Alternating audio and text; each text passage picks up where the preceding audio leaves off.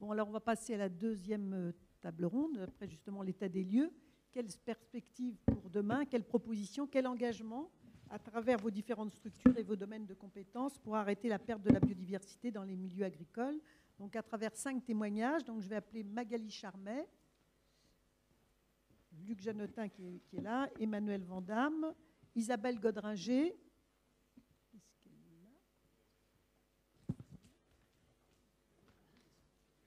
bonjour, et Frédéric Moulin. On va se resserrer. Merci. Donc, je vais donner la parole à Magali Charmet, qui est donc depuis le mois de septembre directrice régionale Île-de-France à l'Agence française de la biodiversité, qui a travaillé pendant très longtemps dans de nombreuses collectivités locales d'Île-de-France, dont le Conseil régional, et qui connaît donc bien notre région, et qui va nous présenter donc les missions de l'AFB et les missions de sa toute nouvelle direction régionale. Merci Magali. Oui, merci. Ou je veux bien peut-être la télécommande. Ce sera peut-être le plus simple. Bonjour à tous. Merci de m'avoir proposé de participer à votre initiative et du coup de pouvoir vous dire quelques mots sur effectivement ce nouvel établissement public qui est l'Agence française pour la biodiversité, donc qui a été créée depuis le 1er janvier 2017. Donc la structure est nouvelle. Et pour rappel, elle est issue donc de la fusion de 4 établissements publics. L'ancien Office national pour l'eau et les milieux aquatiques, ONEMA, la Fédération des parcs naturels nationaux, l'Agence des aires marines protégées et enfin l'atelier technique des espaces naturels. Donc c'est la fusion de ces 4 organismes qui a donc permis de créer l'Agence française pour la biodiversité. Et un autre mot rapidement pour vous dire que l'Agence française pour la biodiversité est organisée selon deux grands axes. Donc, nous avons des directions régionales calées sur les régions ou sur plusieurs régions de la France, donc 10 directions régionales et moi-même, donc je suis responsable de la direction régionale Île-de-France.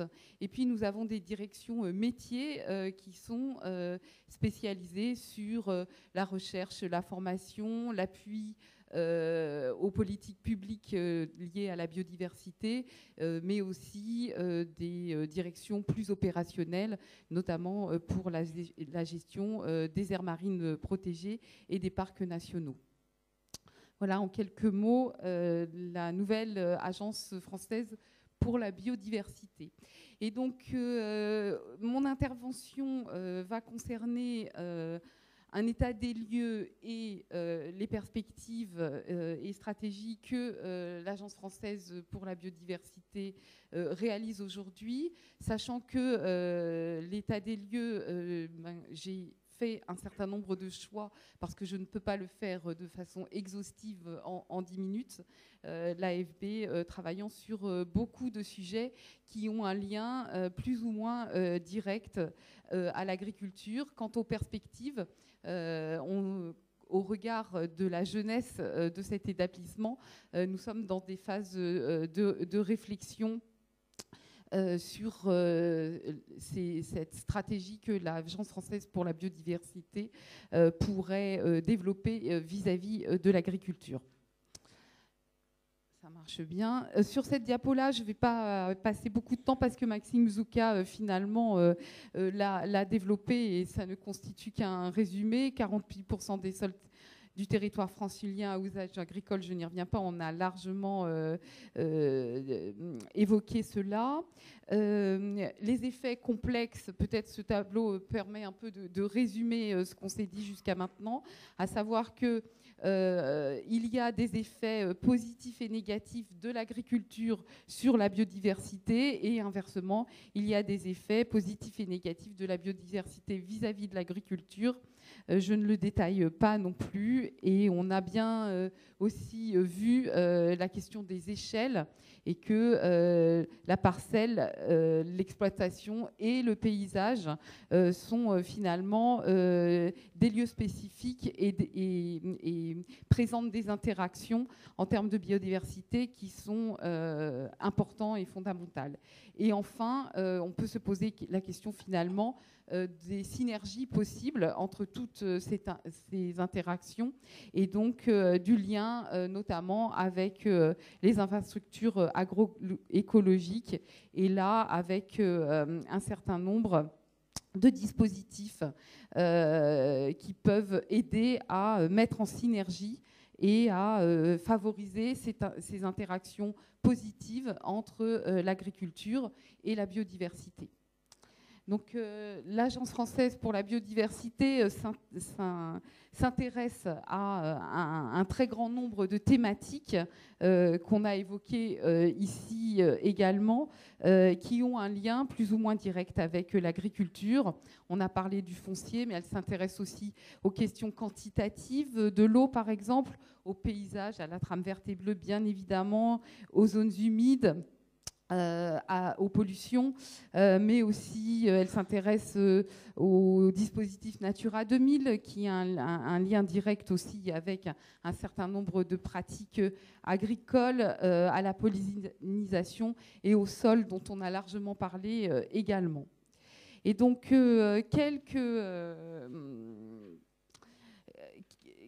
quelques mots sur les modes d'intervention variés de l'AFB et quel apport de l'AFB dans tous les sujets qu'on a évoqués à la table ronde précédente. Et donc l'AFB intervient sur un soutien d'action à la recherche et aux connaissances. On l'a vu ce matin, il y a encore beaucoup de domaines à investiguer sur les sols, sur les systèmes agroécologiques. Et donc l'AFB, son cœur, une de ses raisons d'être, la question de la recherche et de l'acquisition de connaissances. Et donc, elle finance évidemment des actions de recherche, mais elle intervient aussi sur la valorisation et la diffusion de ces résultats des différentes recherches, avec des documents de synthèse, avec l'organisation de journées techniques. Elle contribue également à des actions de connaissance via notamment les observatoires, et elle est elle-même maintenant observatoire national de la biodiversité. Elle apporte des appuis aux acteurs opérateurs des politiques publiques. Elle met à disposition des centres de ressources, je le développerai un petit peu plus tard. Elle met également en œuvre un certain nombre de formations en interne et accessibles aussi aux acteurs externes sur le thème de l'agriculture. Elle agit également en termes d'accompagnement des territoires, par exemple aux acteurs des parcs nationaux et en accompagnement des collectivités. Elle assure également la police de l'environnement, que cela soit la police judiciaire ou la police administrative, sur les questions de qualité d'eau, de quantité d'eau, de zones humides. Elle apporte également un soutien aux programmes et aux plans nationaux. Je pense à Ecophyto dont on a parlé, mais aussi au plan national d'action ou au plan d'investissement à venir qui soutient un certain nombre de projets en agriculture. Elle agit également sur la labellisation des pratiques favorables à la biodiversité. Et puis, évidemment, elle a un rôle de communication, de sensibilisation et de mobilisation citoyenne, là aussi avec des sujets en relation avec l'agriculture. Donc évidemment, je ne vais pas vous détailler tout ça parce que ça prendrait des heures, mais je vous ai sélectionné quelques actions qui me paraissaient intéressantes à vous faire connaître. Je parlais des centres de ressources tout à l'heure. Donc, nous en avons un certain nombre qui sont en lien direct avec l'agriculture. Je pense notamment au centre de ressources captage pour la production d'eau potable. Le centre de ressources trame verte et bleue. On sait que l'agriculteur peut jouer un rôle très intéressant sur ces trames vertes et bleues. On parlait des haies tout à l'heure. Natura 2000, je l'ai évoqué, zone humide, gestion écologique, ces centres de ressources donc participe à la rédaction de fiches de retour d'expérience, diffuse de la documentation, des outils, fait des synthèses et organise un certain nombre d'événements pour diffuser toute cette connaissance. Et donc je pense que ça peut être un appui fort sur ces sujets. L'AFB donc apporte un certain nombre d'appuis aux acteurs en termes de formation, je vous le disais. Sur la question de l'agriculture, on a un certain nombre de formations en interne sur la compréhension des mondes agricoles, sur le contrôle des règles, des nouveaux arrêtés et de la réglementation qui peut être produit, notamment sur les produits phytosanitaires. Encore une fois, ce ne sont que des exemples que je vous présente, et également des formations externes sur des thèmes comme travailler avec le monde agricole pour comprendre et mieux agir, sur la gestion agro-pastorale et la biodiversité et la compréhension des interactions que je vous décrivais précédemment. Et en tout cas, nous avons un répertoire des formations auxquelles vous pouvez vous référer pour 2017 et qui inclut aussi le premier trimestre 2018. Je parlais de la police de l'environnement. Donc, c'est une des fonctions des directions régionales dont je vous parlais, puisqu'elle porte les compétences régaliennes de l'État en matière de police. Et donc, elle agit sur un certain nombre de contrôles sur la qualité des eaux, sur la préservation de la biodiversité et des milieux aquatiques, sur la gestion quantitative de la ressource en eau. Et elle émet également des avis dans le cadre de la police administrative, au regard notamment des dossiers de loi sur l'eau et des projets qui peuvent se développer en milieu agricole, mais aussi sur la séquence éviter, réduire, compenser. Elle rend des avis aussi sur les documents de planification. On parlait du SDRIF tout à l'heure, mais également sur le schéma directeur de gestion et de gestion des eaux, le SDAGE, et d'autres grands documents de planification. Elle apporte également un appui sur les programmes et les plans nationaux, je vous en parlais tout à l'heure. Ecophyto, par exemple, c'est 41 millions d'euros en 2016 que l'AFB donc, a géré et 200 projets qui ont été financés. Sur les plans nationaux d'action en faveur des zones humides et des messicoles, avec des études, le financement d'études sur la valeur fourragère et l'appétence des prairies humides, les opérateurs en matière de messicoles, également des programmes au niveau des investissements d'avenir, avec un certain nombre de sites pilotes pour la reconquête de la biodiversité, et où l'AFB est membre du comité de sélection des projets. Elle a une action également en termes de labellisation des pratiques et de biodiversité. La marque Esprit Parc National, où l'AFB est cadre technique national, et en termes de communication et des animations interparcs, elle agit également. Elle est propriétaire de la marque végétale locale, du règlement des usages, et évidemment elle intervient sur le référentiel technique qui est associé, et puis elle copilote également le concours Prairies Fleuries pratiques agroécologiques. Donc voilà pour quelques actions. Encore une fois, elles ne sont pas exhaustives, hein. J'en ai repéré plus de 112 actuellement en cours qui ont un lien plus ou moins direct avec l'agriculture. Donc on est vraiment loin de l'exhaustivité, on est bien sur quelques exemples. Quelques mots sur les perspectives au-delà de cet état des lieux.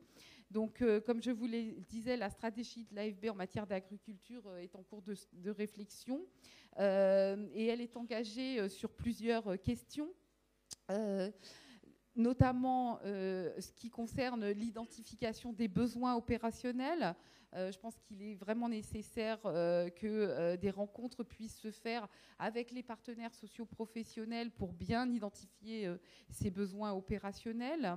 Elle se pose un certain nombre de questions sur le rôle de la biodiversité comme levier de développement économique et humain en milieu agricole. On a abordé ce sujet-là. Je pense que l'AFB peut avoir un vrai rôle sur ces questions. Également la plus-value de l'AFB par rapport aux autres acteurs impliqués sur la thématique.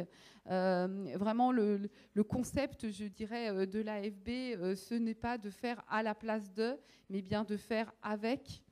Donc comment mettre en synergie les acteurs et que l'AFB puisse trouver sa place au sein de ces acteurs pour qu'elle soit le plus utile et le plus efficace possible. On réfléchit vraiment dans cet état d'esprit-là à l'AFB. Évidemment, des relations à développer avec les acteurs du monde agricole et puis l'articulation des politiques publiques environnementales et agricoles en vue d'une transition agroécologique. On l'a abordé également. Peut-être quelques mots encore sur qu'est-ce que cela veut dire de façon plus concrète. Ça veut dire continuer à soutenir et à développer des projets de recherche. On a vu plein de thèmes déjà qui émergeaient et sur lesquels il faut qu'on continue à travailler en matière de soutien de ces projets de recherche. On a des partenariats à développer avec différents acteurs. Un petit mot peut-être sur la mise en place de l'Agence régionale de la biodiversité en Île-de-France, donc qui est un projet qui est actuellement d'actualité, effectivement.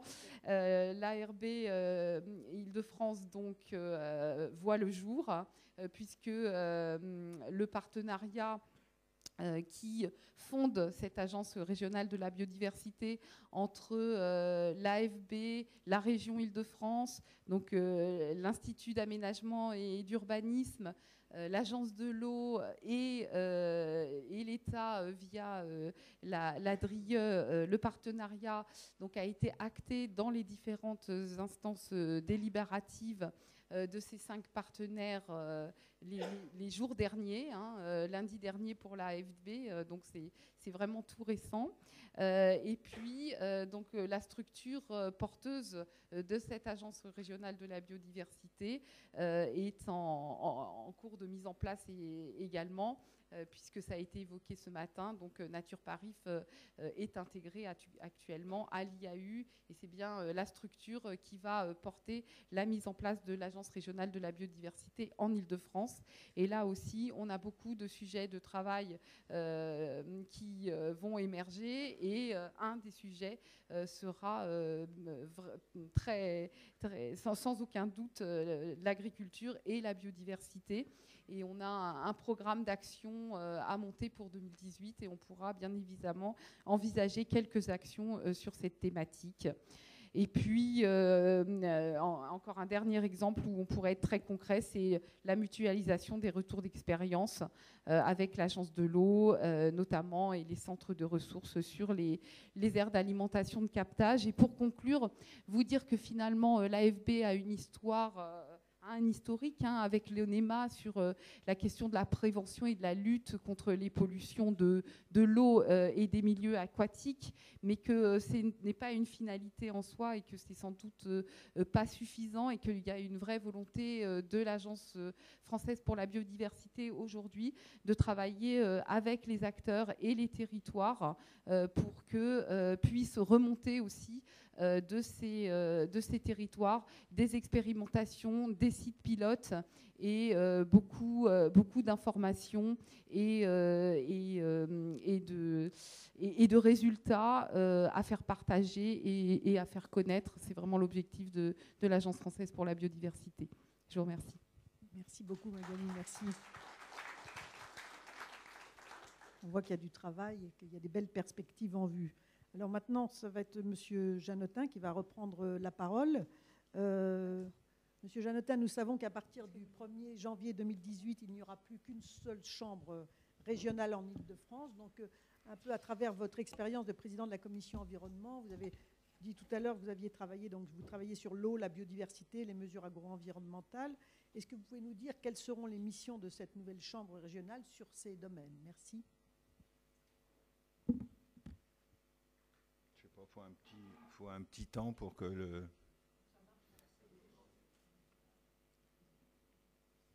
Alors, sincèrement, je vais vous donner l'information, mais c'est pas d'un intérêt colossal pour ce qui nous préoccupe aujourd'hui.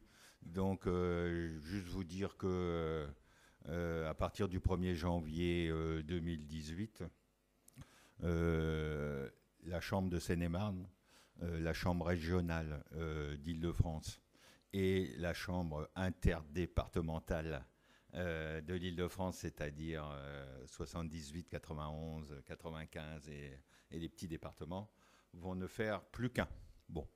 Mais ça ne va pas changer grand-chose parce que ce qu'on faisait avant, on va continuer à le faire. Et que, en gros, on connaissait déjà bien nos partenaires de la Seine-et-Marne. On travaillait beaucoup avec eux. Et en fait, on va continuer à faire ce qu'on faisait à deux avant, on va le faire à un seul. Et à mon avis, on va sûrement y gagner en efficacité. Donc je pense que c'est plutôt une bonne nouvelle. Et franchement, on n'avait pas tellement le choix parce que c'est les recommandations, voire des obligations de l'État de nous regrouper en région. Donc je pense qu'on va parler plutôt biodiversité, si vous n'y voyez pas d'inconvénient. Alors je voudrais juste, en fait, dans une chambre d'agriculture, donc une chambre au service des agriculteurs, le gros du boulot au départ, c'est comment on cultive, quoi. C'est l'essentiel, comment on peut essayer de cultiver mieux, de gérer mieux, de sauvegarder les sols. Donc les gros des boulots des chambres d'agriculture depuis 50 ans, c'est ça, quoi. Bon. Alors, en fait, on a été un peu rattrapé par la patrouille sur la qualité des eaux, où visiblement il y avait peut-être un petit problème nitrate et peut-être un petit problème phytosanitaire. Et donc, on a commencé à bien bosser sur l'environnement. C'est devenu quasiment une des activités essentielles des chambres d'agriculture. Et petit à petit, les sujets se sont additionnés et vraiment maintenant, on est complètement débordé. On a travaillé PPA, plan de protection de l'air, d'une façon très active en présidant le groupe thématique agricole il y a 2 ans. Et la biodiversité, elle s'est faite aussi tranquillement. On avait des demandes et on a vu qu'il fallait qu'on travaille la biodiversité. Ça s'est peut-être un peu plus précisé quand on a travaillé, la DRIE et le Conseil régional nous ont demandé de travailler sur le schéma régional de cohérence écologique. On nous a mis le nez dedans et il a fallu qu'on travaille un peu. Moi, j'ai participé à ces travaux-là. Et la première grande surprise, ça a été quand ces gens-là ont défini leur trame, leur sous-trame écologique. Eh ben, on était la seule région de France où il y avait une sous-trame grande culture.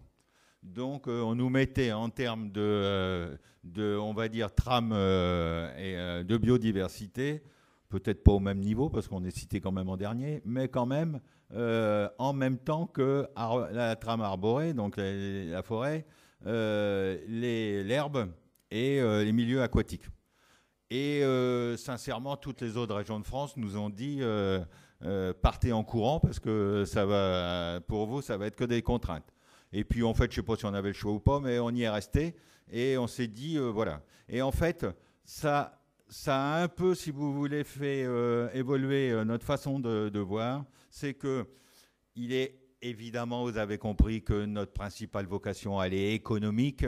Donc il n'est pas question de faire de la biodiversité au sens idéal du terme sur tous les hectares de culture de l'Île-de-France. C'est techniquement, économiquement impossible. N'empêche que sur la base il fallait essayer de maintenir assez bien disposés sur le territoire des réservoirs de biodiversité.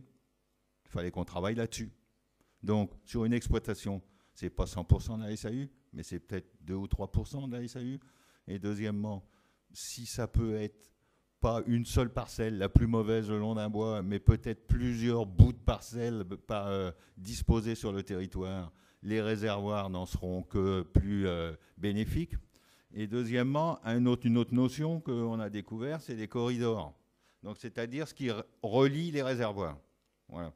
Et donc, sachant qu'on est plus ou moins responsable et maître du territoire agricole, eh ben, notre challenge, il était là, quoi. Il fallait qu'on regarde de près ces réservoirs et voir si on ne pouvait pas l'améliorer. Regarder les corridors, s'ils existaient, s'il fallait les améliorer, comment on pouvait travailler à notre façon, sans vraiment énormément de prétention, mais dire, bah, tiens, allez, pourquoi pas. Bon. Donc, en fait, on s'est aperçu que les jachères, les fameuses jachères de la PAC, avec un petit peu d'effort, elles pouvaient être un excellent réservoir de biodiversité. Bon. On s'est aperçu que les mesures agro-environnementales, c'est-à-dire, en gros, on reconvertit des terres agricoles en couverts, sans destination de production. Hein. En général, il n'y a pas très peu même de pâturage et tout ça. Hein. C'est vraiment des couverts. Ça pouvait être vraiment ce qu'on nous avait sollicité sur les réservoirs. Bon, alors un exemple, c'est... ou alors je continue. Sur les corridors, les chemins ruraux. Les chemins ruraux, vous voyez qu'il y en a partout. Ils sont utilisés par les tracteurs, mais ils sont également utilisés par les piétons avec des chiens. Ils sont utilisés par les chevaux et tout ça. Tout ça, ça fout le bazar. Et il y a sûrement un super challenge à travailler sur les chemins. Je vais vous expliquer comment on fait. Et on en a parlé, c'est difficile de dire à un agriculteur, tu vas planter une haie là et tout. On progresse un peu, mais c'est quand même une mission qui est un peu compliquée et qu'on a l'impression un peu irréversible, quoi. Vous voyez, c'est-à-dire qu'une haie, après, vous n'avez plus le droit de la détruire. Donc, celui qui le fait, il va quand même avec prudence, mais on favorise. Si quelqu'un a envie de le faire, on répond à la demande. En plus, en général, il y a des financeurs, donc il n'y a aucun problème. Et jachère. Alors, je connais pas bien... je ne connais pas bien mes diapos, mais je vais improviser. Alors, maintien de la sous-trame herbacée. Alors, partout en France, l'élevage diminue. Partout en France, l'alimentation des ruminants par des prairies permanentes diminue. Et donc, les prairies permanentes baissent partout en France, soit remplacées par des prairies temporaires, donc pour une année ou deux, puis après il y a des cultures, ça rentre dans un assolement, soit par moins d'élevage, donc plus besoin d'herbe. Bon, du coup même l'Europe a tellement peur de ça qu'elle en a fait une réglementation européenne où si vous êtes à moins 10% de prairies permanentes, vous devez les replanter. Deux grandes régions, enfin avant Picardie et Normandie, sont dans ce cadre-là et on va redemander aux agriculteurs de ressemer des prairies permanentes. D'accord ? Je prends le cas de mon département, les Yvelines est un des seuls départements en France où la prairie permanente se maintient, voire progresse. Alors évidemment, ce n'est pas l'élevage chez les chevaux, mais n'empêche que on s'en fout un peu de quels sont les animaux qui sont dessus. L'intérêt en biodiversité, c'est que ça reste des prairies permanentes ou ça augmente les prairies permanentes. Bon, vous allez me dire, en général, c'est dans des sols assez dégradés, dans des clairières de forêt où je n'ai pas l'impression qu'il manque beaucoup de biodiversité, mais n'empêche qu'au moins, on a ça pour ça. Dans le département des Yvelines, je prends celui-là parce que je le connais, je ne connais pas les chiffres des autres, mais dans la prairie permanente, la trame prairie permanente herbacée, on n'est pas si mal que ça. Sur l'effet création de mosaïque agricole, je continue, voir ce qu'il y a. Bon, alors là, c'est des chiffres, on ne va pas en tenir compte, mais je vais vous expliquer les MAEC. Mesures agro-environnementales, cofinancement Europe-France. La France, c'est soit le ministère, c'est soit d'autres, agences de l'eau, conseil régional et tout ça, d'autres financeurs. L'idée, je vous ai dit, c'est de convertir des sols en couverts durables, 5 ans de conversion. Bon, les gens qui ont commencé à travailler là-dessus, c'est les parcs naturels, on en a quand même pas mal dans l'Île-de-France, et les aires d'alimentation de captage, où on voyait bien que de mettre des couverts pendant 5 ans, voire plus renouvelés, à des endroits un peu scabreux en termes d'influence sur la qualité de la nappe, c'était très intéressant. Bon, donc, il y a un certain nombre d'hectares, surface en linéaire, surface ou linéaire, vous voyez, on a peut-être mélangé des choux et des carottes, n'empêche qu'il y a un certain nombre d'hectares qui, dans ce cadre-là des parcs et des AAC, étaient contractualisés en mesure agro-environnementale. La Chambre d'agriculture s'est aperçue qu'au milieu, il y avait des trous. Entre les parcs et les AAC, il y avait des gens qui ne pouvaient rien faire. Il y avait certaines demandes. Donc on a créé l'année dernière, la Chambre d'agriculture, la MAEC, le territoire gruyère, c'est-à-dire tout ce qui était au milieu de ce qui n'était pas concerné par rien. Et on a créé plusieurs mesures, vous voyez. Le type de mesure, c'est entretien d'un couvert herbacé sans fertilisation, entretien d'un couvert, création et entretien, sans fertilisation, intérêt faunistique et floristique. À chaque fois, vous voyez, les contraintes augmentent, donc la rémunération augmente. Et ça, ce sont sur des terres agricoles. Avant, il y a du blé ou du colza, d'accord ? Vous voyez que première année, donc en 2017, contractualisation, en tout, on est à KT2, entre 7 et 800 hectares. Bon, c'est pas si mal, vous voyez. Et là, on l'a bien mis à des endroits où il n'y en avait pas, vu que ça n'existait pas. L'idée, c'est bien essayer de répartir un peu ça. Bon, c'est pas... vous voyez, on fait des petites choses en essayant d'améliorer la situation. Les chemins, par exemple, ça m'y fait penser parce que j'ai vu tout à l'heure une personne d'Hommes et Territoires. On a travaillé avec la Fédération des chasseurs il y a quelques années pour dire comment on entretient les chemins par rapport aux populations d'insectes dans le bordure des champs. Et on s'est aperçu que des entretiens un peu répétés, des fauches ou des broyages un peu répétés, donc pour faucher l'herbe, en fait, diminuer l'alimentation des insectes en bordure de champs et un appauvrissement des insectes. Donc on a regardé comment on pouvait améliorer ces fameux insectes du sol qui améliorent la fertilité. Tout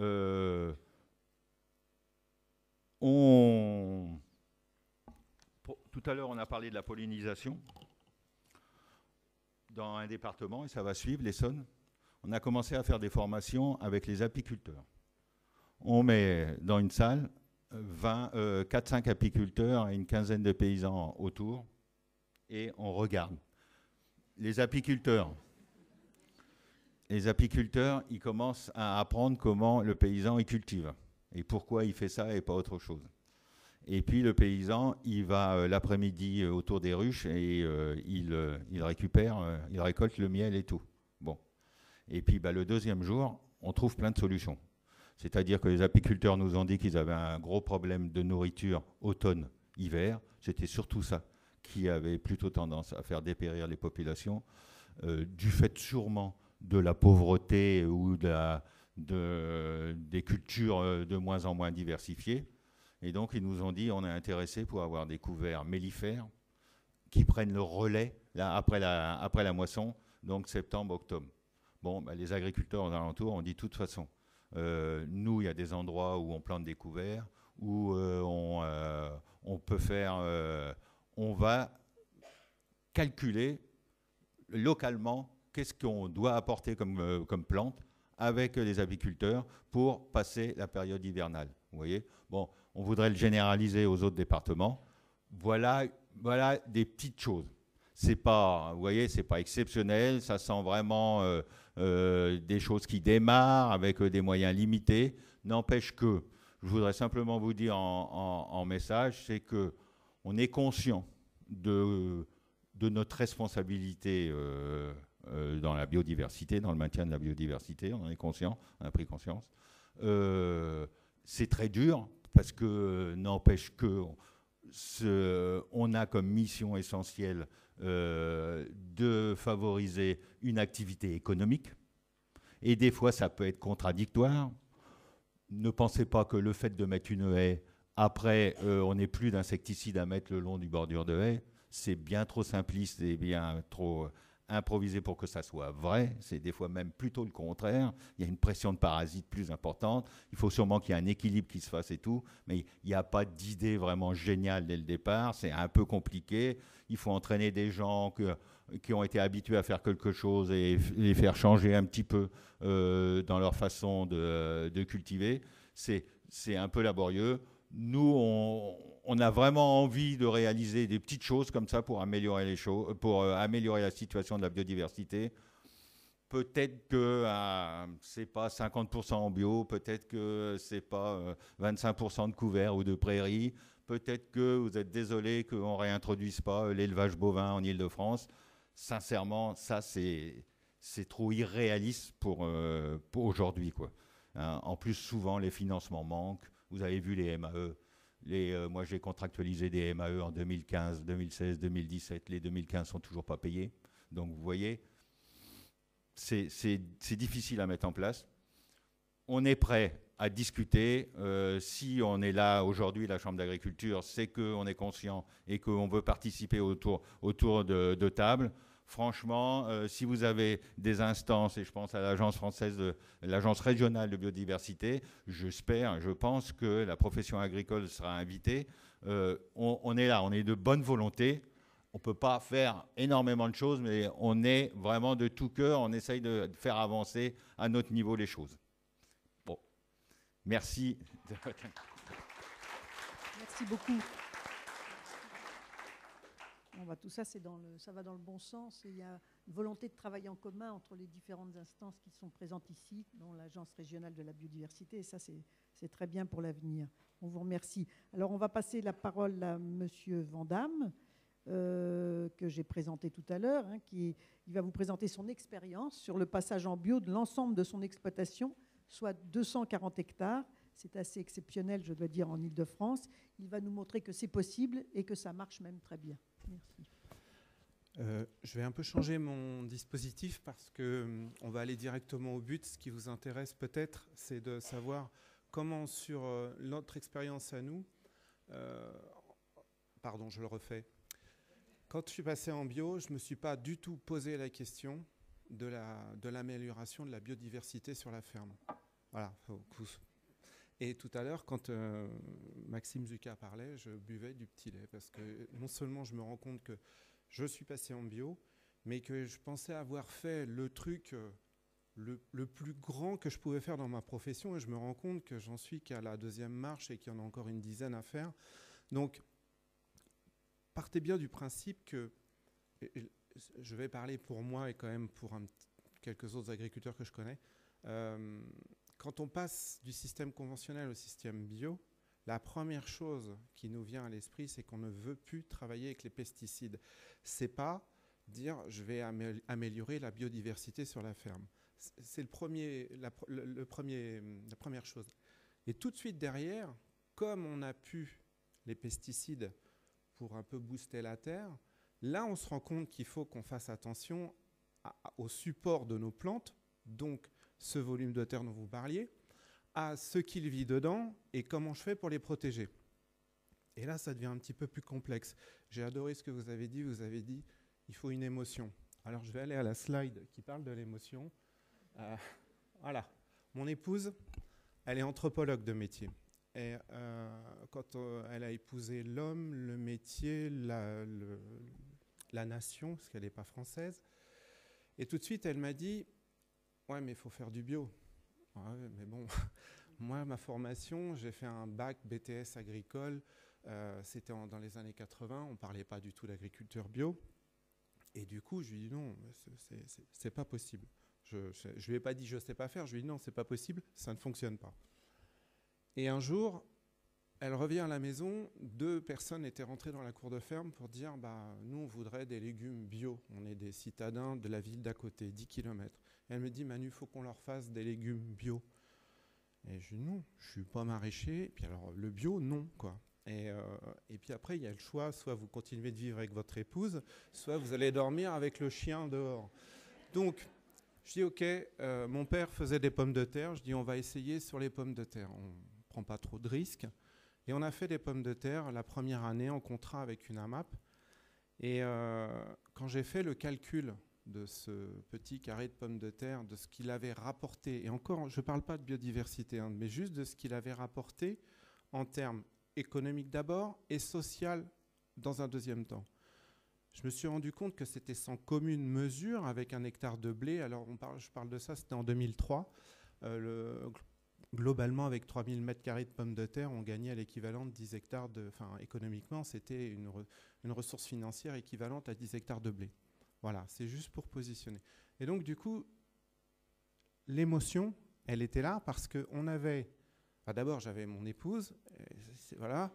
Et ensuite, il y avait des gens qui venaient à la ferme. D'habitude, nous, les agriculteurs, on se fait toujours un petit... On fait trop de poussière, on fait trop de bruit, on salit les routes, etc. Et là, on avait une autre population qui venait, une population qui était demandeuse de venir à la ferme travailler et récupérer des produits, même si c'était un petit peu plus cher, ce n'était pas grave. Mais il fallait, par contre, qu'on aille vers des produits propres. Voilà, donc ça a vraiment démarré comme ça. Et pour moi, du coup, aujourd'hui, la plus grande satisfaction que je puisse avoir avec Serge, qui est notre collaborateur sur la ferme, c'est de plus monter sur le pulvérisateur, parce que ça, c'est un vrai bonheur. Puis monter sur cet engin et puis passer des pesticides, c'est juste pour revenir aux émotions, parce que je trouvais ça, c'était assez fabuleux que vous utilisiez ce mot-là, parce que c'était celui qui, c'est comme ça que ça a démarré chez moi, c'est par une émotion, pas sur la biodiversité, voilà, ça me parle beaucoup. Donc, pour en venir au sujet, qu'est-ce qui se passe sur une ferme bio pour protéger, en fait, ou favoriser la biodiversité ou l'augmenter, etc. On a des assolements. Les assolements, c'est les successions de cultures sur une même parcelle au fur et à mesure des années. On a des assolements qui sont complètement différents et notamment, on fait rentrer dans notre assolement une légumineuse, c'est la luzerne. Alors, la luzerne, c'est la plante magique en bio. Pourquoi ? Parce que la luzerne a la faculté de capter, de fixer l'azote de l'air et de le mettre dans le sol, pour faire simple. Et la luzerne, c'est une plante qu'on peut couper toutes les 5 ou 6 semaines et qui a la faculté de redémarrer très vite. Et du coup, les plantes concurrentes qu'on a dans nos champs et dont on ne sait plus quoi faire en conventionnel, je vais parler du régras, par exemple, qui est une graminée et il n'y a plus de désherbant qui fonctionne ou très mal, où il faut mettre des doses importantes. Le régras, quand on le coupe 3 ou 4 fois dans l'année et qu'à côté de lui, il y a une plante qui pompe beaucoup d'eau et puis qui a un port foliaire qui l'étouffe un peu, le régras, il disparaît.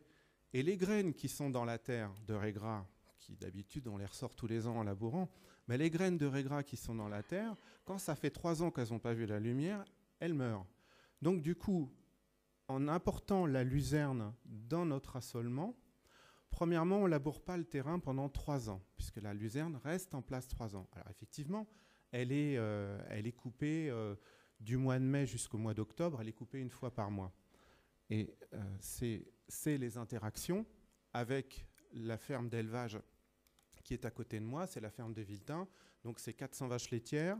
La moitié du temps, les animaux sont sur l'herbe, en prairie, quand ils sont au stade génisse. Et quand elles passent au stade vache laitière, effectivement, elles ne sortent plus de la stabulation. Mais grâce à cet élevage, qui va nous prendre toute la luzerne, et toute la luzerne sur la ferme aujourd'hui, c'est 82 hectares. D'accord ? Parce qu'il faut bien rapporter toujours la notion économique. Je veux dire, on peut mettre 82 hectares de luzerne, mais si ces 82 hectares ne produisent rien financièrement parlant, c'est un petit peu compliqué, c'est quand même un tiers de la ferme. Donc, grâce à cette interaction avec les élevages, avec cet élevage, on a pu donc passer en bio toute la ferme, et cet élevage n'achète plus de soja. Ils ont changé la recette qu'ils qui donne, je parle de recettes parce que les élevages laitiers, aujourd'hui, c'est une technique, je ne l'aborderai pas, je ne la connais pas, mais je sais que c'est plus de 17 aliments dans la recette, et donc il n'y a plus de soja, puisque l'énergie est apportée par la luzerne. Donc vous voyez déjà, on a gagné sur 2 points. Ensuite, nous, on va aller plus loin. Jusque-là, les fermes bio fertilisent leur sol. On en a parlé tout à l'heure, la matière organique qui est importante au niveau des sols. On fertilise avec des fientes de poules, parce que c'est très titré en azote. Et d'où elle vient, la fiente de poule? Des élevages industriels de Bretagne. Et cette année, je me suis dit, mais c'est juste pas possible. On a fait un pas vers le bio et on achète des fientes de poules et cautionner ces élevages que même quand on voit les images à la télé, c'est difficile. Je me suis dit, non, c'est pas possible. Du coup, on va étudier cette année pour utiliser le lisier de la ferme de Villetin. Ça va nous coûter beaucoup plus cher parce que c'est des mises en œuvre qui sont complètement différentes. Mais on va essayer de faire ça justement pour ne plus faire rouler des camions avec des fientes de poules sur la route, premièrement, et surtout pour valoriser une matière organique qui est à disposition à côté. Donc voilà les interactions. La deuxième interaction dont je voulais parler, quand on a commencé la conversion en bio, on s'est dit ok, on va faire du pain, il faut faire des circuits courts, et on avait un éleveur de poules qui ne trouvait pas de terrain. Et on s'est dit, mais l'éleveur de poules, il va nous consommer le triticale, qui est une céréale secondaire qui est obligatoire en bio. Il va nous consommer des févroles, c'est une plante protéagineuse qui est obligatoire en bio. Donc on s'est dit, bah ok, il ne trouve pas de terre. Donc on a rencontré un de nos propriétaires qui est l'Agence des espaces verts.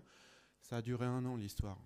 On a dit à l'Agence des espaces verts, nous on veut abandonner notre bail sur 4 hectares. Ça vous le voyez nulle part. Il n'y a pas un agriculteur céréalier qui veut abandonner son bail volontairement sur une partie de sa ferme pour installer un autre agriculteur.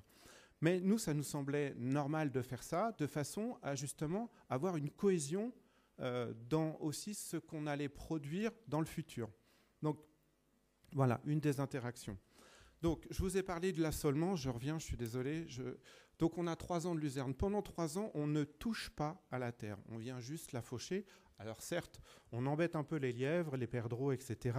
Je vais parler que de ce qui se voit, parce que les animaux du sol, je les connais très mal. Figurez-vous que très peu d'agriculteurs connaissent ce qui a été dit ce matin par les 2 premiers intervenants, très très peu. On n'est pas formé à ça. C'est-à-dire que c'est là, je pense, c'est par là qu'il faudrait commencer le raisonnement. C'est dans les cours agricoles, commencer par le support, la terre, comment ça vit, comment ça fonctionne, comment je l'entretiens, etc., etc. Alors aujourd'hui, on sait que le labour, c'est une catastrophe pour tous ces micro-organismes du sol. Et c'était pour moi un vrai sujet, parce que quand on est en agriculture conventionnelle, on ne laboure pas, on peut ne pas labourer. Ça a été dit ce matin, on met du Roundup, en fait, on va mettre du glyphosate, ou le Roundup, appelez-le comme vous voulez, enfin, glyphosate étant la matière active. Vous récoltez la récolte qui est en place du blé, vous voulez semer du colza, vous allez gratouiller un peu la terre pour mélanger les graines pour que ça redémarre, qu'il y ait un mélange paille-terre. Et puis au moment de 15 jours avant de semer votre colza, vous allez passer du glyphosate qui va nettoyer toute la terre, et vous allez pouvoir semer en semis direct, sans labour. Ça coûte pas cher, on ne touche pas au sol, on ne remue pas la terre, donc entre guillemets, on fout un peu la paix au ver de terre. Mais le pendant de ça, c'est on utilise bien un pesticide, enfin un désherbant pour ça. En bio, le non-labour, vous avez face à vous quelqu'un qui ne sait pas le faire en bio. J'ai essayé, je n'y arrive pas. C'est très compliqué. En fait, la charrue en bio permet le désherbage du champ. Ça veut dire qu'on va mettre toutes les graines d'herbes concurrentes qui sont à la surface des sols, on va les mettre à 15 cm et elles vont au moins ne pas nous embêter pendant l'année où on va implanter notre culture. Donc la technique, c'est de labourer. Donc on a dû racheter une charrue, on n'en avait plus. Et c'est ça la difficulté. Il faut faire des compromis. Donc on ne peut pas avoir tout bon partout. Tout à l'heure, dans les slides que vous avez passés, je regardais le troisième type, l'agriculture de conservation. En fait, quand on a fait le choix on avait 92 hectares en bio, 145 en conventionnel, et on s'est posé la question d'aller vers l'agriculture de conservation parce que justement on revenait à quelque chose qui me plaisait moi beaucoup, c'était de ne pas toucher les sols. Sauf que l'agriculture de conservation, forcément, ça utilise le glyphosate à un moment donné. Et donc, voilà, donc on a du coup choisi de partir vers le bio. Voilà. C'est juste pour expliquer pourquoi les choix sont difficiles. Donc, notre assolement, 3 ans de luzerne. Ensuite, on fait des successions de cultures. On va avoir une culture de blé. Derrière cette culture de blé, ce qui ne se fait rarement en conventionnel, on peut refaire une culture de blé, parce qu'on a dans le sol suffisamment d'azote créé par la luzerne pour supporter cette deuxième céréale. Et on n'a pas de développement de maladie encore, puisqu'on a fait 3 ans de luzerne. Donc on peut se permettre de refaire 2 fois du blé. Et ensuite, on va partir sur la succession avec les févroles, qui, elles, vont amener à moindre mesure de l'azote dans le sol, mais surtout, ça va pouvoir, c'est de l'alimentation du bétail en bio pour les élevages qui sont en agriculture bio. Févrole et maïs derrière, etc. Et donc, le sujet des couverts qui a été abordé tout à l'heure. Quand on est en agriculture conventionnelle, on se dit, bon, il va falloir que je mette un couvert. Il va falloir que, je parle encore une fois pour moi, il va falloir que je dépense de l'argent qui ne va pas me rapporter. D'accord ? En bio, et c'est cette année qu'on s'en est rendu compte, les couverts végétaux sont aussi importants que le semis de blé qu'on va récolter au mois de juillet l'année prochaine. Et donc, on aborde les choses complètement différemment, puisqu'on n'est pas sur une donnée obligatoire, enfin obligée par la politique agricole commune, en regardant, bon, je vais dépenser ça, mais finalement, je vais gagner ça. On est sur quelque chose de complètement différent. On dit, qu'est-ce que je mets comme couvert pour que j'ai une masse de végétal qui me couvre tout de suite le sol, de façon à ce que mes herbes concurrentes ne démarrent pas, de façon à ce que les herbes concurrentes qui sont en place soient un petit peu étouffées et qu'elles ne m'ennuient pas dans la culture suivante, etc., etc. Donc le raisonnement, il est complètement différent. Et l'autre chose que nous, on a changé sur la ferme, c'est les fameux labours d'hiver. C'est quoi un labour d'hiver ? C'est dès que les agriculteurs ont fini au mois d'octobre leur semis, s'ils ont des cultures de printemps, ils vont commencer à s'occuper de ces parcelles-là, à savoir, ils vont les labourer pour qu'elles soient prêtes à recevoir un semis au printemps. Sauf que la terre, elle va être retournée et nue du mois de mi-novembre jusqu'au premier semis de printemps. Alors ça dépend ce qu'on va y semer, mais ça peut être soit des févroles dès le mois de février-mars, soit du maïs, et là on va aller chercher plutôt le mois d'avril ou le mois de mai. Et donc, pourquoi on laboure d'hiver ? Parce que nos terres, quand ils gèlent et qu'ils dégèlent, vous faites une pichenette dessus et elle se travaille toute seule. D'accord ? C'est-à-dire qu'on n'a pas besoin de puissance mécanique. On va accélérer un petit peu, Monsieur Vandamme. On va accélérer, pardon. Parce je vais que là, on finir a encore là-dessus. 2 intervenants. Merci. Oui, pardon. Du coup, le gel et le dégel vont favoriser le travail, et du coup, on n'est pas obligé de dépenser beaucoup d'énergie fossile pour travailler la terre. Et nous, on a choisi de laisser les sols couverts, c'est-à-dire que nos sols aujourd'hui qui attendent des cultures de printemps restent couverts de façon à ce que les limons, les particules fines, ne soient pas lessivées, c'est-à-dire emmenées par l'eau de pluie dans les nappes. Et ça se mesure très bien. Et moi, je ne suis pas scientifique, mais j'ai juste des pylônes électriques sur les parcelles. Et ces pylônes, ils sont là depuis 1950. Et je vois la différence, juste la différence de hauteur, c'est plus de 25 cm entre là où sont ces pylônes et où on ne travaille pas la terre, donc il y a toujours de l'herbe, et là où est le niveau du champ. Voilà, je suis désolé, vous poserez des questions après, il faut que je finisse. Merci beaucoup.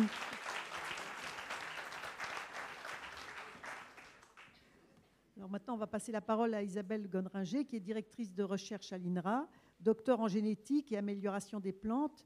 Vous avez aussi travaillé sur la génétique quantitative et les populations. Et vous allez donc nous présenter la biodiversité dans les agroécosystèmes, biodiversité cultivée, diversité variétale et génétique. À vous la parole. Alors vous avez dit, oui, non, vous avez 10 minutes quand même, mais bon, c'est vrai que ça va être 2 minutes avant la fin. Ouais. Bonjour. Donc, je vais parler de biodiversité agricole et de biodiversité cultivée, parce qu'on n'en a pas trop parlé encore jusqu'à maintenant, mais la diversité cultivée, c'est aussi une composante de la biodiversité, donc qui est à préserver en tant que telle. C'est le support de notre alimentation, et c'est ce qui structure les paysages. On en a parlé un petit peu plus, mais donc il va interagir avec la biodiversité sauvage. Donc juste un petit rappel, la biodiversité, il ne faut pas voir ça comme un stock ou un réservoir, que ce soit d'individus, d'espèces ou de gènes, mais plutôt comme un ensemble de processus, donc génétiques, écologiques et sociaux. Et cette biodiversité, son maintien, ça résulte des interactions à la fois dans l'espace et dans le temps entre les plantes cultivées, de ces plantes-là avec la biodiversité sauvage, mais aussi avec l'environnement et avec l'homme. Et juste pour illustrer là cet effet de la disposition dans l'espace d'une même biodiversité cultivée, d'une même diversité. Donc ici, on a une variété de blé qui est sensible à la rouille jaune. On voit cette grosse tache, elle est très malade. Et là, simplement de la mélanger pour moitié avec une variété qui est résistante, on voit presque plus la maladie. Donc l'agencement dans l'espace, ça compte. Alors la modernisation agricole, on l'a vu, ça a conduit à une diminution drastique de biodiversité à différents niveaux. Et je vais l'illustrer un tout petit peu au niveau de la région Île-de-France en passant sur ce qui a été dit. Donc ça, on l'a vu, donc c'est le bassin parisien, c'est un petit peu plus large que la région. On voit qu'au cours du temps, donc en passant de 70, rien que des années 70 à 2000, eh bien, on a une augmentation du pourcentage de blé d'hiver dans les cultures qui est très très importante dans la région. Donc en marron clair, marron foncé, c'est plus 30 à plus 40% de blé dans les assolements. Et là, on voit le maïs qui va se concentrer en périphérie. Et donc ça se traduit par des rotations et des paysages extrêmement simplifiés avec là des rotations colza, blé, colza, blé, blé, voire parfois blé, blé, blé. Et donc, pourquoi ça pose problème ? À différents niveaux, ça pose de gros problèmes. Donc ici, c'est illustré par la relation entre le pourcentage de surface en colza dans une zone et puis le nombre de traitements pesticides qui va être appliqué. Donc ça cumule les herbicides, les insecticides, les fongicides, etc. Et on a vu tout à l'heure qu'il y avait un lien fort entre les pesticides et puis les insectes, les oiseaux, toute une biodiversité. D'accord. Si on descend maintenant au niveau d'une espèce, donc je vais prendre comme exemple le blé, on a ici de 1910 à 2000 l'évolution de la diversité. Ici, c'est variétal, le nombre de variétés cultivées en blé en France. Et ici, c'est un indicateur qui prend en compte non seulement le nombre de variétés cultivées, mais leur importance en surface et leur ressemblance génétique.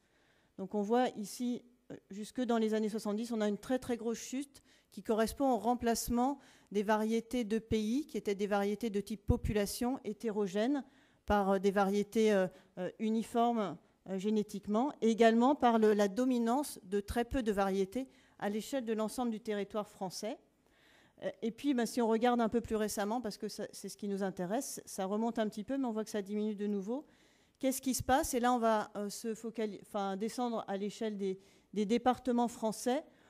On voit que l'on a, en même temps, donc dans cette période 80-2006, une augmentation de la diversité du nombre de variétés qui est cultivée. Donc dans ce territoire, on se retrouve là dans le bassin parisien. Elles sont mieux réparties également, plus équitablement, ces variétés-là. Par contre, si on regarde au niveau de la diversité génétique cultivée, comment elles se ressemblent génétiquement, là, on a une diminution importante. Donc, on a des variétés, un petit peu plus de variétés de blé, mais qui sont de plus en plus ressemblantes génétiquement. Et ça, pourquoi c'est un problème ? De nouveau, parce que ça accroît la vulnérabilité des cultures. Un tout petit exemple, de nouveau, avec la rouille jaune pour le blé. Donc ici, on a au Danemark, en Angleterre, les surfaces qui sont ensemencées, emblavées avec des variétés qui ont un gène donné de résistance à la rouille, qui s'appelle YR17. Donc, ce n'est pas forcément les mêmes variétés, mais elles sont ressemblantes génétiquement, en ce sens qu'elles ont le même gène. On a 50% ici. Et là, on a les pourcentages des populations de rouille qui arrivent à contourner ce gène pour attaquer les variétés qui ont ce gène initialement de résistance. Et donc, on voit qu'ici, au Danemark, mais aussi en Angleterre, et puis là, rapidement en France, alors qu'on a à peine commencé à utiliser la variété, on a 100% des pathogènes qui savent contourner le gène de résistance et attaquer les cultures. Donc, pour résumer, je n'ai pas donné d'autres exemples, mais on en a aussi parlé ce matin. Uniformité, que ce soit spécifique ou génétique des paysages agricoles, ça augmente la vulnérabilité aux bioagresseurs, la sensibilité aux facteurs environnementaux.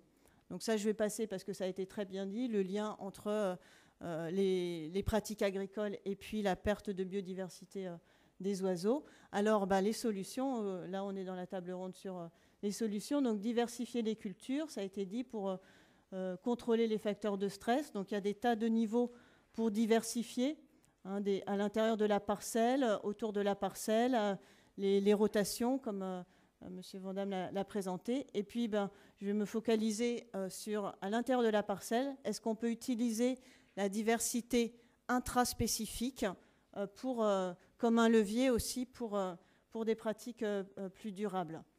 Donc, il s'agit de faire un changement. Donc, on a intensifié culture en uniformisant. Pardon. Et donc là, il s'agit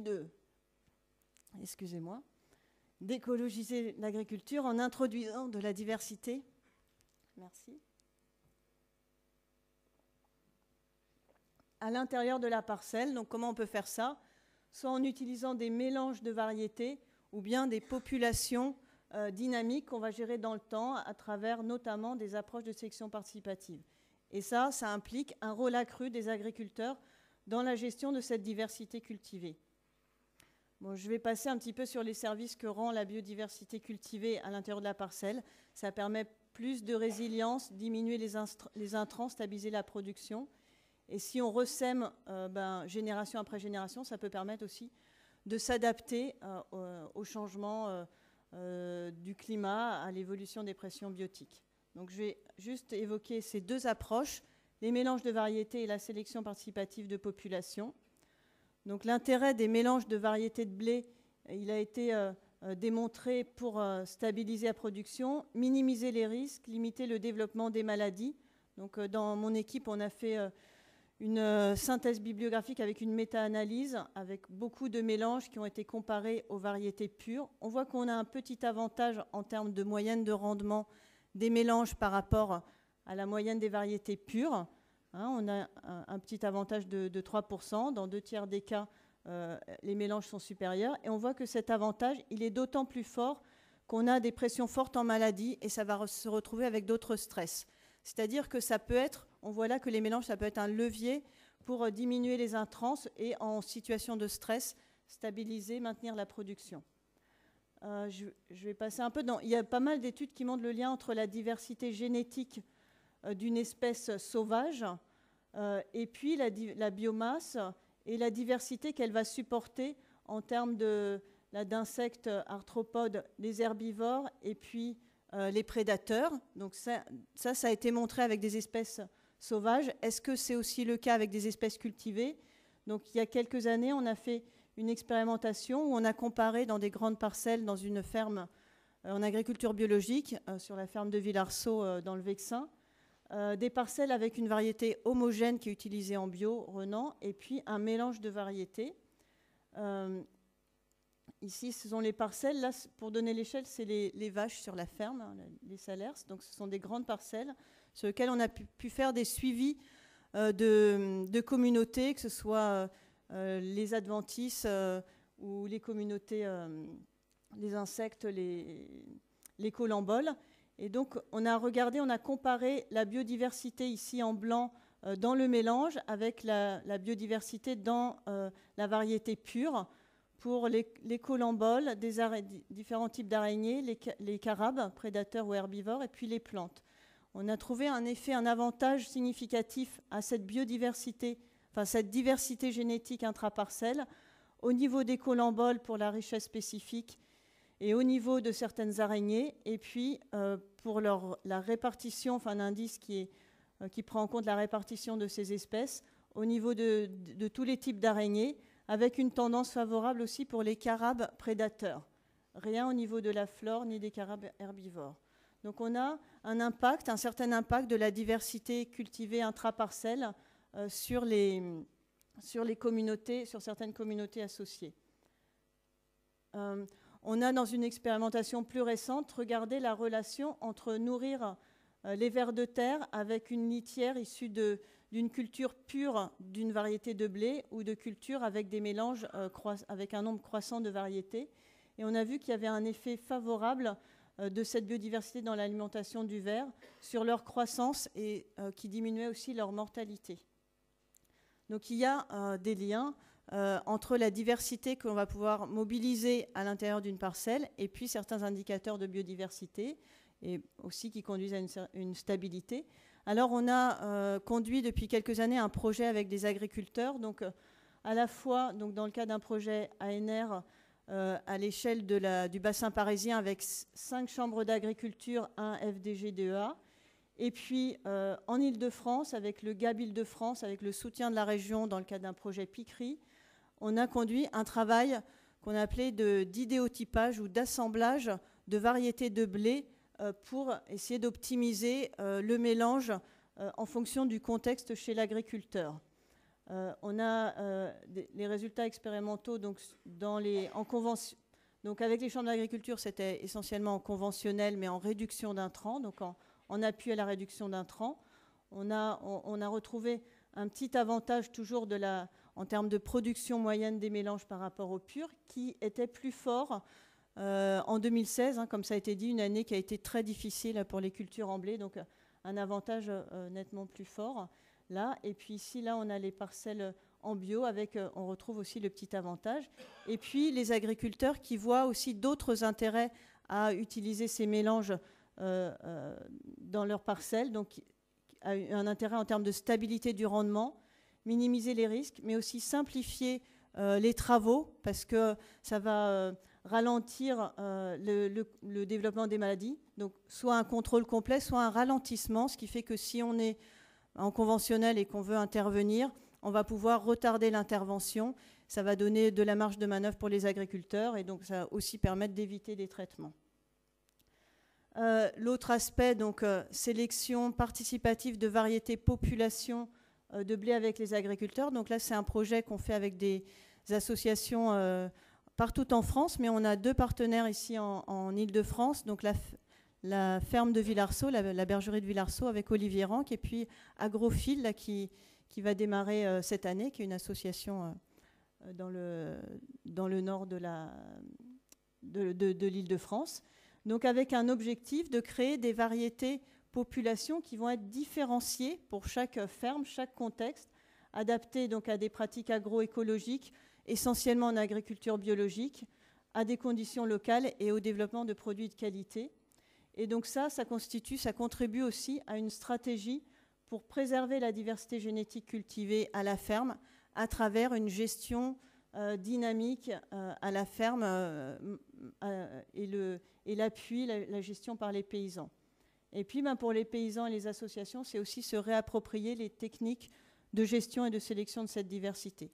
Et donc on fait ça avec une approche participative qui associe les producteurs, les équipes de recherche, mais aussi les transformateurs. Donc beaucoup de paysans sont paysans meuniers boulangers, comme M. Vandamme, mais aussi un travail avec les consommateurs. Et donc là encore, on a des financements européens, mais le financement aussi de la région Île-de-France, je le souligne. Donc juste pour vous, une petite illustration de ça, donc des variétés qui sont développées. Donc là, c'est sur une ferme dans le sud-ouest, en agriculture biologique. Renan, la variété qui est encore très utilisée en agriculture biologique, qui là, a un petit peu de mal à couvrir le sol. Donc là, il y a eu un désherbage manuel parce que c'est un essai donc pour que ce soit joli. Mais à côté, vous voyez le type de variété donc, qui est développé à travers cette sélection participative, qui a une morphologie, un comportement tout à fait différent, qui est recherché par les agriculteurs et donc qui va permettre de contenir complètement les adventices, les mauvaises herbes, et puis qui va constituer aussi une plus grande diversité de niches pour accueillir la biodiversité sauvage éventuellement. Donc juste une Merci. petite photo pour voir, et je vous remercie pour votre Merci attention. beaucoup. Merci. On voit que le lien entre l'INRA et les agriculteurs est important et que les conseils qui peuvent être apportés peuvent permettre d'aller vers des stratégies un peu de gestion dynamique. Et donc ça, pour l'avenir, c'est intéressant, tout à fait. Excusez-moi, je voulais juste préciser, Oui. je ne représente pas l'INRA, je ne suis pas missionnée pour ça. Donc juste, je représente moi-même et puis directeur mes de recherche à collaborateurs. l'INRA, donc voilà, en tant que directeur de recherche à l'INRA en tout cas. Merci. Bon, alors maintenant, on va passer la parole à Frédéric Moulin, le pauvre qui a attendu longtemps. Non, pas le pauvre, ça va.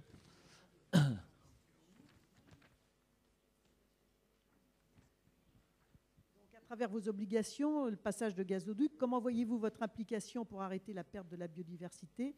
Quel lien entretenez-vous avec les agriculteurs? Et est-ce que les bandes de servitude peuvent avoir un lien avec le SRCE, le schéma régional de connexion écologique, et comment ça se passe? Alors, je vais essayer de répondre à deux difficultés. D'abord, celle d'intervenir en dernier, donc j'imagine avec une contrainte de temps qui sera peut-être un peu resserrée. Et puis la deuxième, effectivement, que mon intervention ne soit pas trop décalée par rapport à tout ce qui a été dit et que moi j'ai trouvé vraiment passionnant. Je vais essayer peut-être de répondre à plusieurs questions. La première, c'est effectivement pourquoi GRT Gaz a souhaité et est très heureux d'apporter son soutien à l'organisation de cette journée. Et puis, en quoi ces sujets-là sont connectés aux nôtres et finalement, comment peut-être on peut apporter notre modeste contribution à toutes ces réflexions.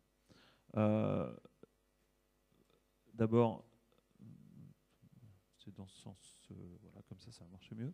Voilà.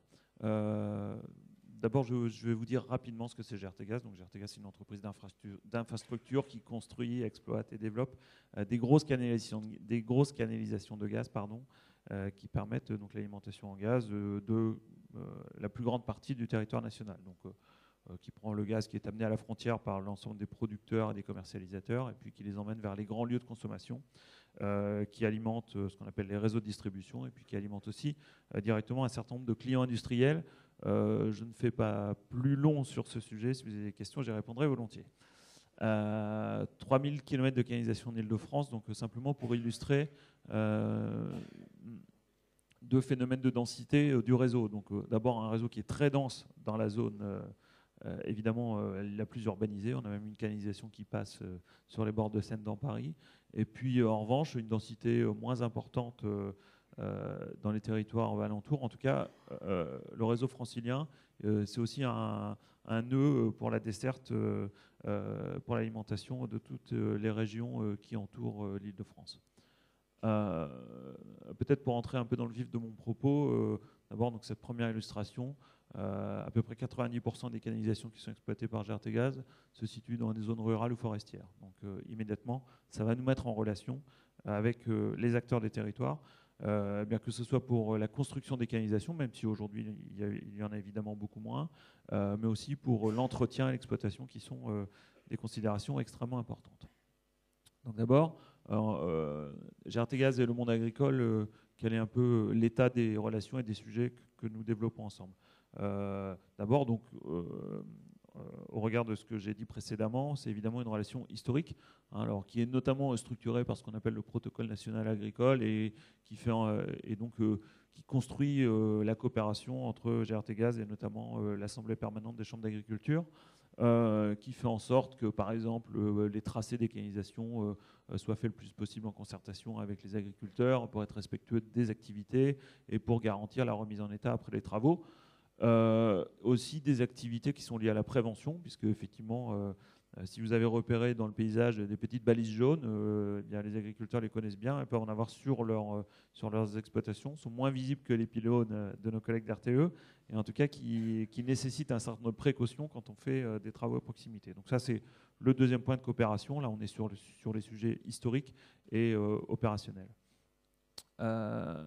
Le deuxième sujet, alors qui est un sujet un peu plus prospectif et qui, au regard de ce que j'ai entendu ce matin, à mon avis, engage déjà des premières réflexions sur la biodiversité, c'est une ambition partagée de de participer au développement du gaz renouvelable, donc le biogaz, le biométhane, on peut lui donner plein de noms.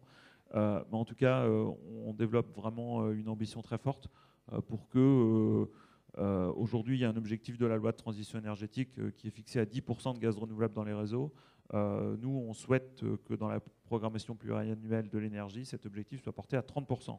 Donc on a vraiment une ambition très forte et on sait que le potentiel de production de gaz renouvelable, il est essentiellement d'origine agricole. Alors la région Île-de-France a des particularités liées notamment aux questions de déchets par exemple, mais en tout cas sur l'ensemble des territoires nationaux, c'est plus de 90% du potentiel de gaz renouvelable, de biométhane, donc, qui est d'origine agricole. Donc ça nécessite de renforcer la coopération, l'accompagnement des exploitants qui ont envie de développer des projets. Et évidemment, ces projets, les agriculteurs le diraient bien mieux que moi, mais mettent en jeu une mécanique ou une façon de faire fonctionner son exploitation qui apporte des modifications substantielles, quoi. On va parler effectivement de